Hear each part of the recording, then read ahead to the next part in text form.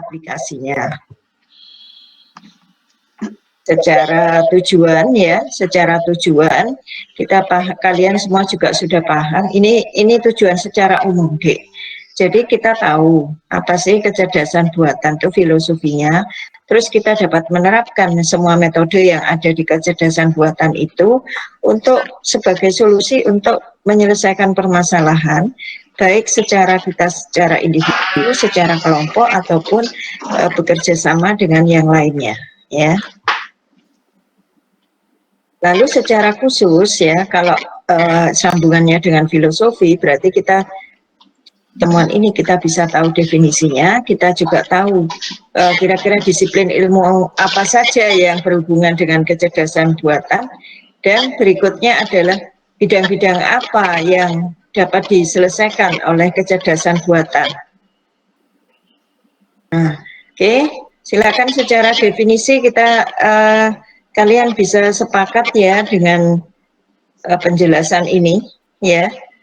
Secara definisi kecerdasan buatan ini bagian dari ilmu komputer ya, yang tujuannya nanti akan membuat mesin atau komputer supaya dia dapat melakukan pekerjaan dengan baik ya, tapi bukan dengan baik aja, tapi sebaik yang dilakukan oleh manusia, bahkan kalau memungkinkan adalah lebih baik dari yang dilakukan oleh manusia, gitu ya. Banyak penemu tentang kecerdasan buatan di masa awal, ya. Tapi awal mulanya itu adalah pada tahun 1950, ya. Ini bukan penemunya, ini makna dari kecerdasan buatannya. Bentar, Dek.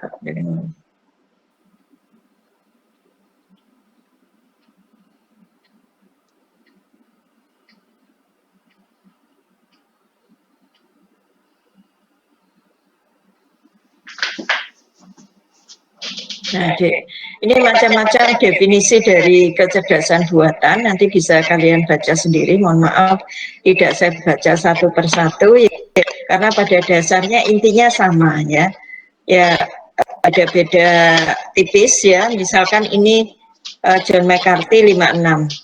AI itu adalah untuk mengetahui dan memodelkan proses berpikir manusia. Jadi mesti harus ada pikiran manusia ya, yang digunakan untuk mendesain mesin atau komputer agar dapat menirukan tubuh manusia ya.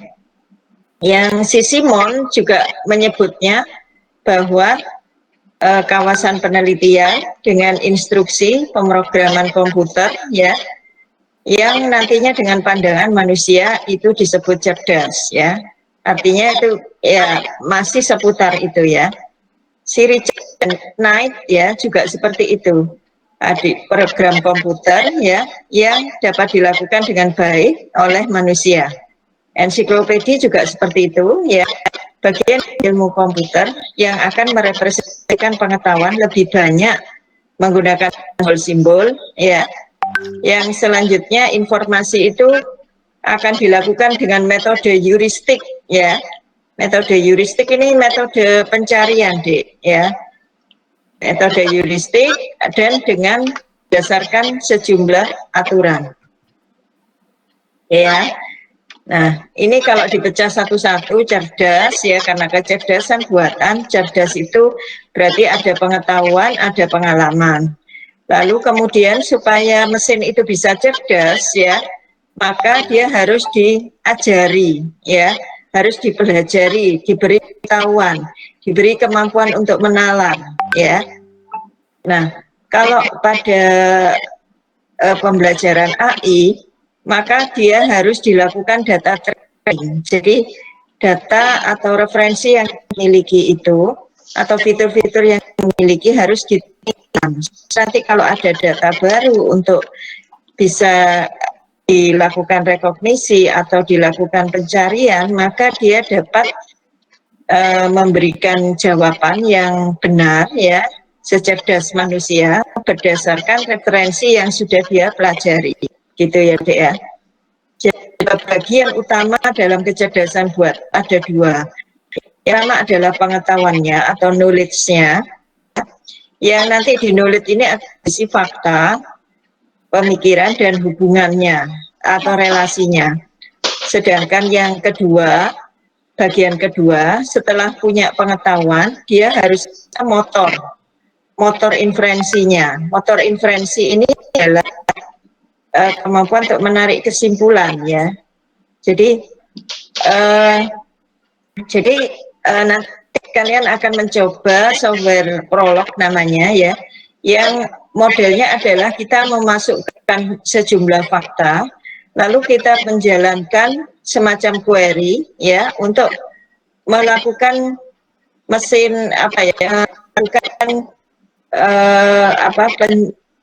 menjawab, ya. Motor inferensi ini nanti akan menjawab pertanyaan yang kita masukkan berdasarkan fakta-fakta yang ada. Jadi misalnya di slide yang kedua itu nanti ada contohnya family, ya. Family itu ada tree di situ, di mana di situ secara hierarki ada ayah, ada anak, ya. Ada ayah, ada anak. Nah, kemudian di ayah dan anak itu kita jadikan sebagai fakta, ya. Nanti kemudian motor inferensinya itu bisa kita masukkan misalnya kita berikan tanda tanya, ya, kita berikan pertanyaan. Jadi siapakah ayah dari si X, ya. Si X, anak X-nya itu disebut siapakah ayah dari Budi misalnya. Maka nanti mesin motor inferensinya berdasarkan fakta yang ada itu bisa menjawab, ya.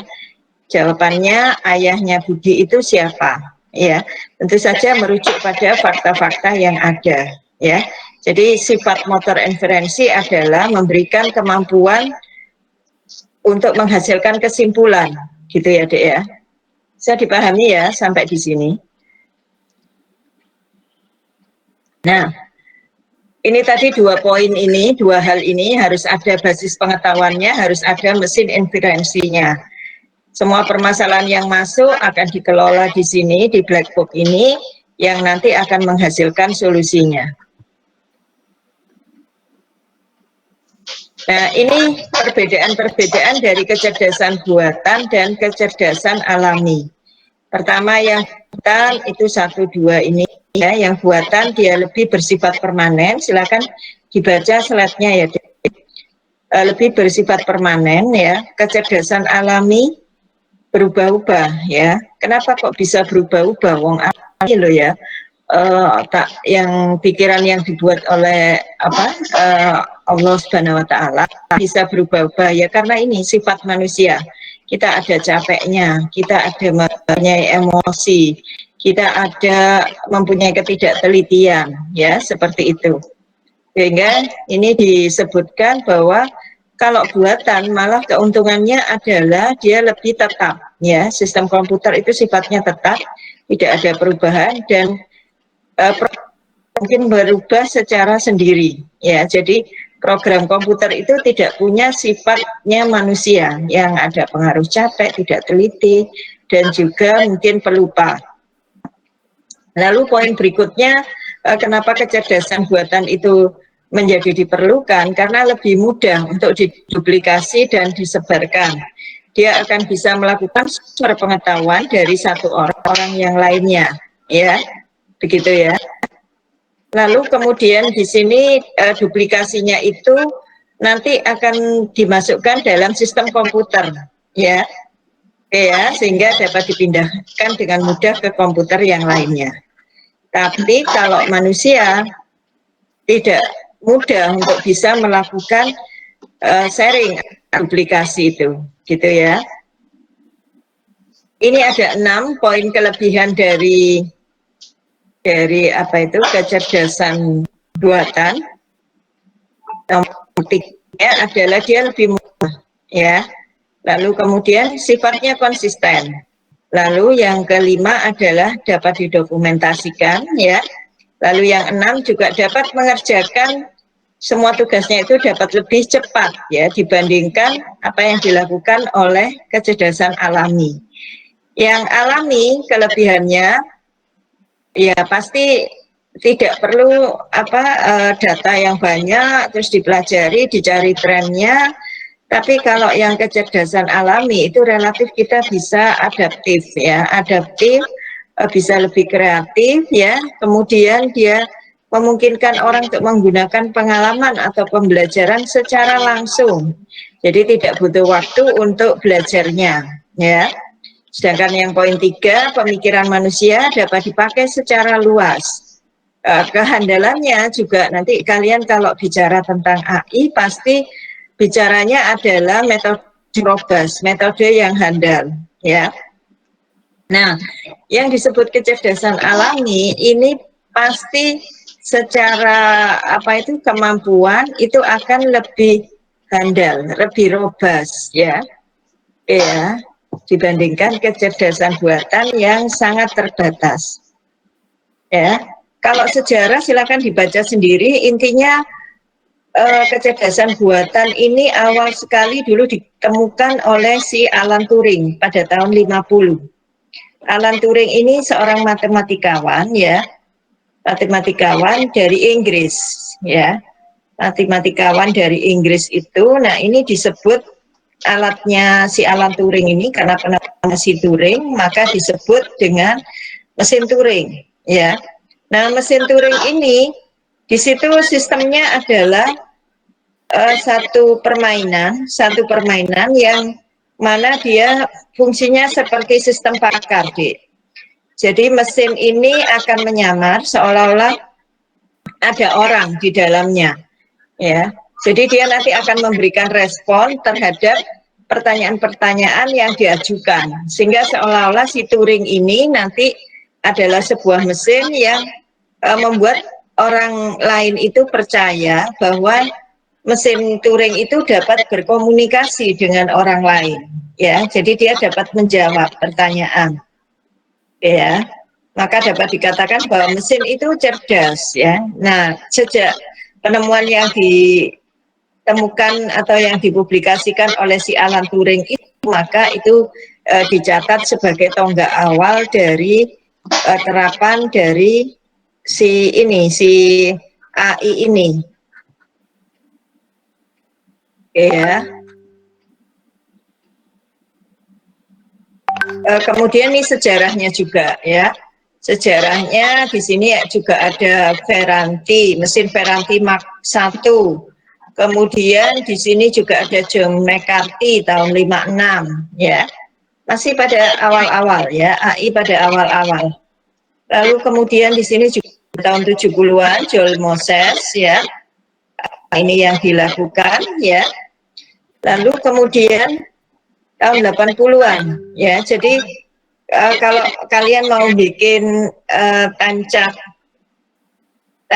dari 50, 60, 70, 80 ya, dibuat time chart. Maka itu awal mula perkembangan pertumbuhan dari kecerdasan buatan ya. Nah, si 80 ini ada dibuat game permainan catur di mana dia melakukan pertandingan dengan pecatur master catur ya, 6 game. Master caturnya Garry Kasparov. Jadi Garry Kasparov itu bermain catur musuh komputer. Yang kemudian publikasikan itu tahun 97. Namanya adalah DARPA ya. Silakan kalian kalau biasanya browsing di YouTube itu tidak pernah memasukkan kata AI ini, mesin-mesin AI ini bisa dicoba sekarang. Mulai sekarang ini masukkan keyword apa, masukkan keyword apa itu tadi, mesin Turing ya, masukkan juga produk-produk teknologi dari kecerdasan buatan seperti mobil cerdas ya, dia tanpa ada pengemudi tapi bisa mengemudikan belok ke kanan ke kiri, bisa mengerem, bisa ya apapun gitu ya. Seperti itu, Dek. Jadi banyak sekali kalau kalian browsing di YouTube itu tidak dari sisi metodenya tapi kehandalan atau teknologi AI yang sudah banyak dipakai di beberapa sektor. Ya. Ini masih DARPA pengembangan dari DARPA ini tahun 2004. Di situ diberikan hadiah $2 juta ya, yang akan ditempelkan di kendaraan, diberikan GPS ya, kemudian ada sensor-sensor yang canggih sehingga dia dapat melintasi ratusan mil daerah gunung ya dan seterusnya. Nah ini kalau dibuat time flow-nya dari sejarah kecerdasan buatan. Jadi mula pertama ditemukan elektronik komputer tahun 41, tapi kelahiran AI-nya sendiri tahun 50. Meskipun komputer pertama ditemukan adalah tahun 41. Lalu kemudian di sini ada list ya, ditemukannya bahasa list. Lalu kemudian ada DoD Advanced Research Project. Kemudian sistem ya tahun 1968. Pernah tahu ya expert system deh. Expert system itu sama seperti Halodoc yang sekarang, jadi konsultasi. Saya ada gejala sakit ini, nanti dijawab lagi apakah pusing, lalu dijawab iya tidak, modelnya jawabannya adalah ya tidak. Nah, revisi atau pengetahuan dari expert system itu modelnya adalah TRI nanti deh. Nah, di ujung dari di bawahnya itu adalah penyakitnya ya. Jadi yang yes no ditelisik, akan backward nanti akan ditemukan ya. Akan ditemukan jawabannya. Nah ini contohnya di diagnosa penyakit ini dari slide mulai dari 18 sampai yang terakhir itu macam-macam aplikasi komersil dari kecerdasan buatan.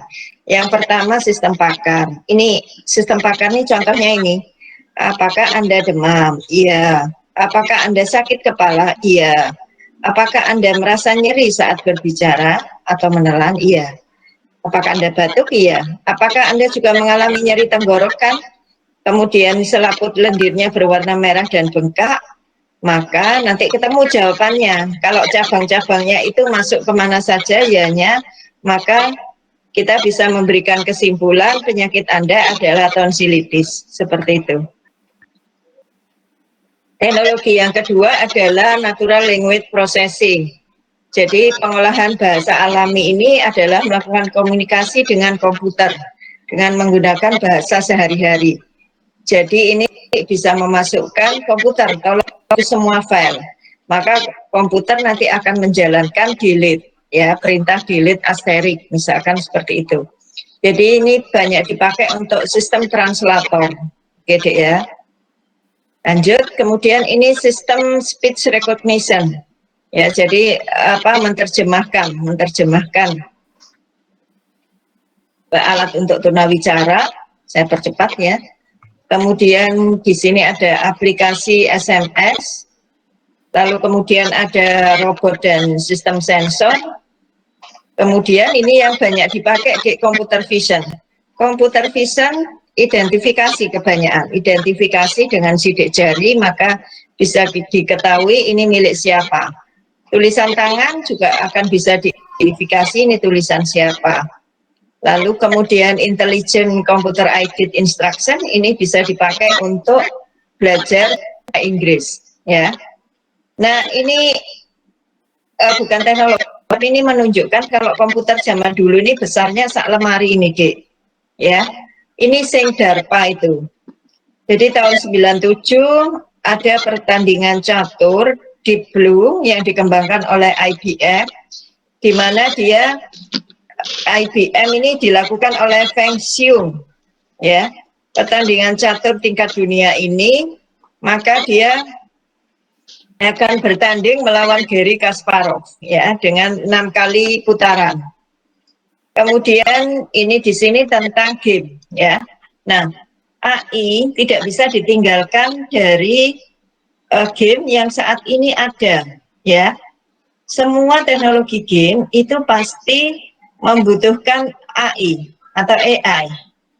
Nah, Kok bisa butuh AI ya? Coba aja permainan game itu, apalagi yang NPC ya, di mana di situ kok tiba-tiba dia bisa menghindar ya.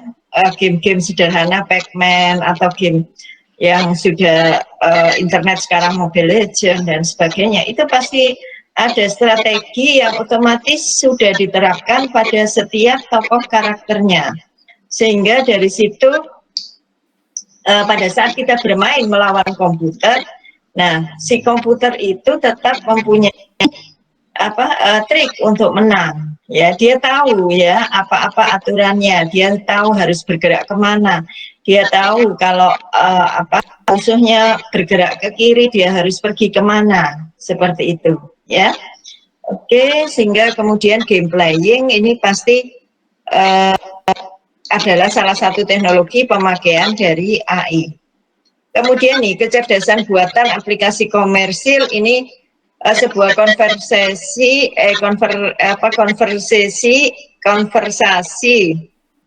ya,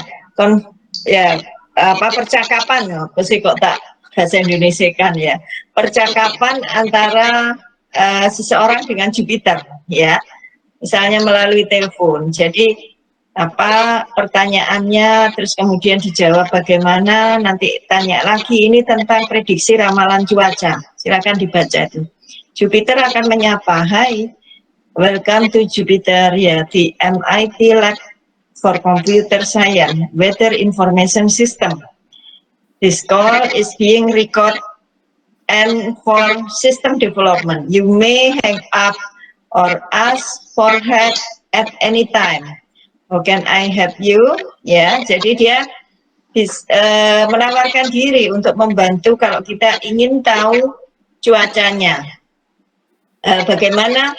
What is the forecast for Boston today? Ya, jadi gimana prediksimu tentang cuaca hari ini di Boston?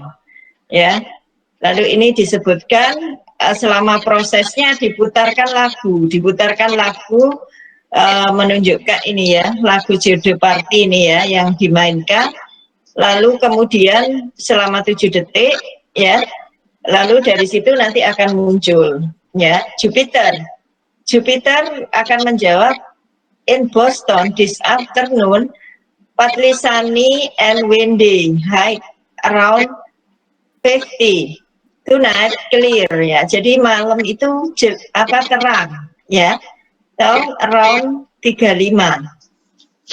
Lalu kemudian what other information can I give you?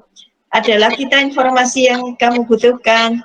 Oh, kalau gitu saya ingin tanya nih sekarang, kalau besok itu hujan enggak ya? Jupiter akan menjawab, "To my knowledge, the forecast ya, bahwa besok tidak ada hujan di Boston ya. Apakah is there anything else ya? Apa ada lagi pertanyaannya? Kalau gitu bagaimana cuaca di Seattle? Oh, kalau dari pengetahuan saya di situ juga tidak turun hujan sampai dengan besok. Ada lagi yang mau ditanyakan ya? Terus dia bertanya, kalau cuaca cerah ya, apakah juga terjadi di Karibia? Lalu Jupiter menjawab, "Sorry, maaf, saya tidak menemukan ya apa yang ditanyakan, jadi tidak menemukan lokasi dari ini Karibia ini." Ya, seperti itu. Terus begitu percakapannya. Jadi itu konversasi atau percakapan yang dilakukan dengan Jupiter itu adalah contoh juga penerapan dari AI. Berikutnya teknologi tentang teleskop scheduling ya, jadi mengatur jadwal dari teleskop. Jadi ya, tujuannya apa? Tujuannya adalah untuk melakukan perencanaan secara otomatis ya. Medical ya, surgery ini seperti ini. Lalu kemudian ini iris mata, ini kondisi abnormal ya, yang tidak normal. Ini di sini dari iris mata itu kita bisa dapatkan prediksi dari dia mengalami gangguan penyakit apa, misalnya diabetes, jantung dan sebagainya. Posisi iris matanya akan berbeda. Kemudian ini pengenalan plat nomor. ya. Lalu kemudian autonomous vehicle. Silakan nih bisa di browsing juga ya. Jadi banyak sekali mobil-mobil otomatis yang bisa diterapkan ya. Mobilnya ini tanpa driver, jadi dia bisa berjalan sendiri ya, bisa berjalan sendiri, tapi teknologi AI-nya main di situ. Lalu untuk mendeteksi orang berjalan ya. Nah, ini satu clue saja di tentang soft computing. Jadi selain AI, untuk pengerjaannya dibutuhkan soft computing. Soft computing ini nanti yang akan melakukan toleransi terhadap ketidaktepatan, ketidakpastian, dan kebenaran secara parsial. Nah, oke, bisa dipahami, Dek. Nah, saya minta kalian memikirkan dulu. Saya minta izin 10 atau ya 10 menit ya, karena ini di room saya akan diakhiri rapatnya. Silakan kalian pikirkan ya, pikirkan dan cari solusi jawaban dari nomor 1 dan nomor 2 ya, secara pribadi, Dek.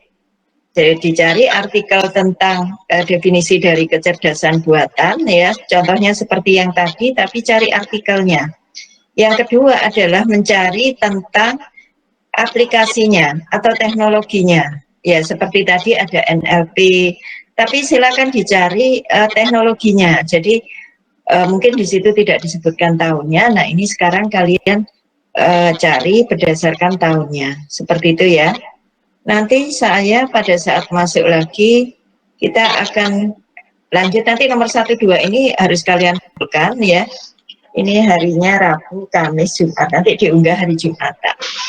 Bikinkan nanti di etol. Nanti saya masuk lagi untuk membahas yang modul 2 ya.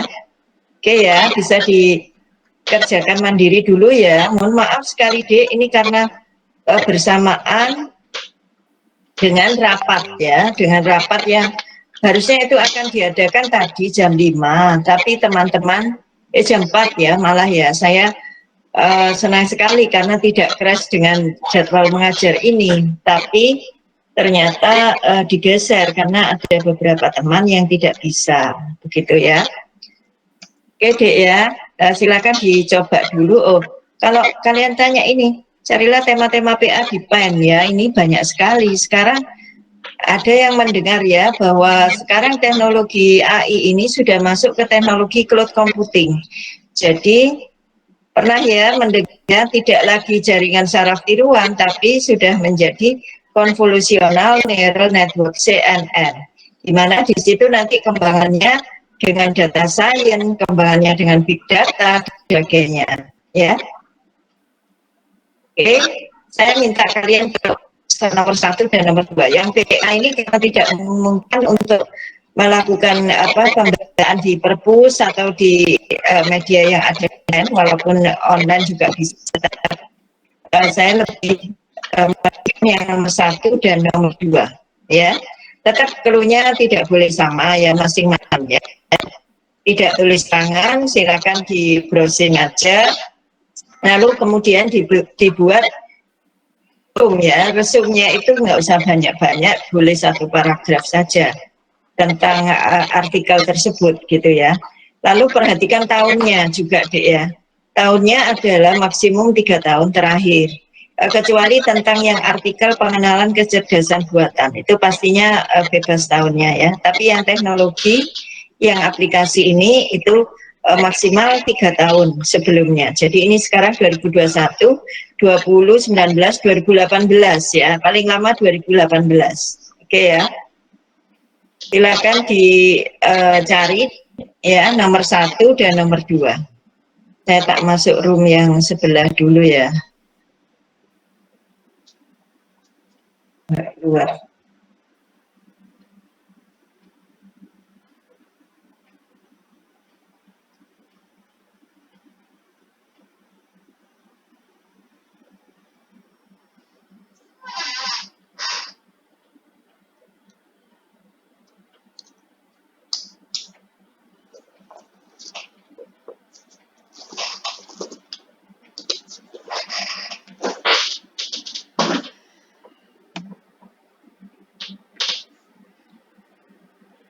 bisa. Bisa ya. Sebentar ya, saya izin keluar dulu ya, nanti tak masuk lagi ya. Kok banyak nggak muncul ini?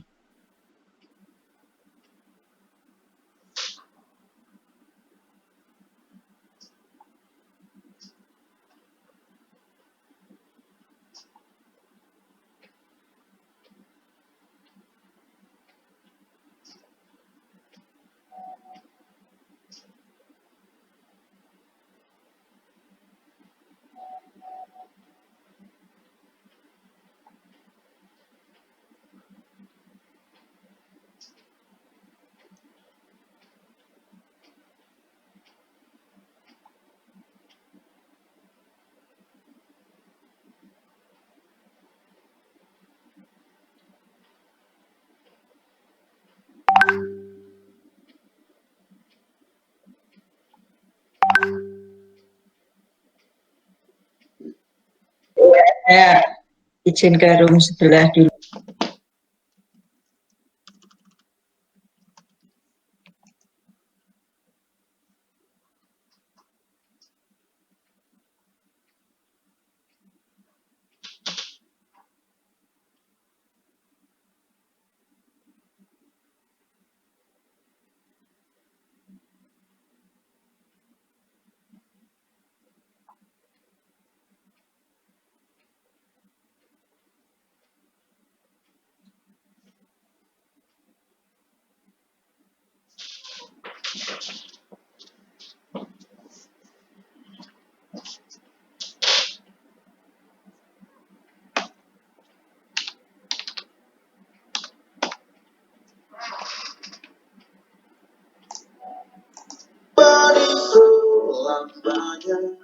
Seperti bintang